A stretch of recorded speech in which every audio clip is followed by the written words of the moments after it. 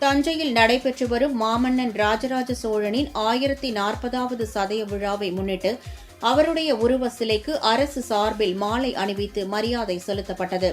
மாமன்னன் ராஜராஜ சோழனின் பிறந்த மற்றும் அரியணை ஏறிய நாளான ஐப்பசி மாதம் சதய நட்சத்திர நாள் ஆண்டுதோறும் சதய விழாவாக கொண்டாடப்பட்டு வருகிறது. அதன்படி இந்த ஆண்டு 1040வது சதய விழா 2 நாள் அரசு சார்பில் கொண்டாடப்பட்டு வருகிறது. சதய விழாவின் 2வது நாளில் முக்கிய நிகழ்வாக ராஜராஜ சோழனுக்கு அரசு சார்பில் மாலை அணிவித்து மரியாதை செலுத்துவது வழக்கம். அதன்படி ஓதுவார்கள் திருமுறை பாட, செண்டை மேளம், கொம்பு வாத்தியங்கள் முழங்க ஊர்வலமாக வந்து ராஜராஜ சோழன் உருவ சிலைக்கு அரசு சார்பில் மாலை அணிவித்து மரியாதை செலுத்தப்பட்டது.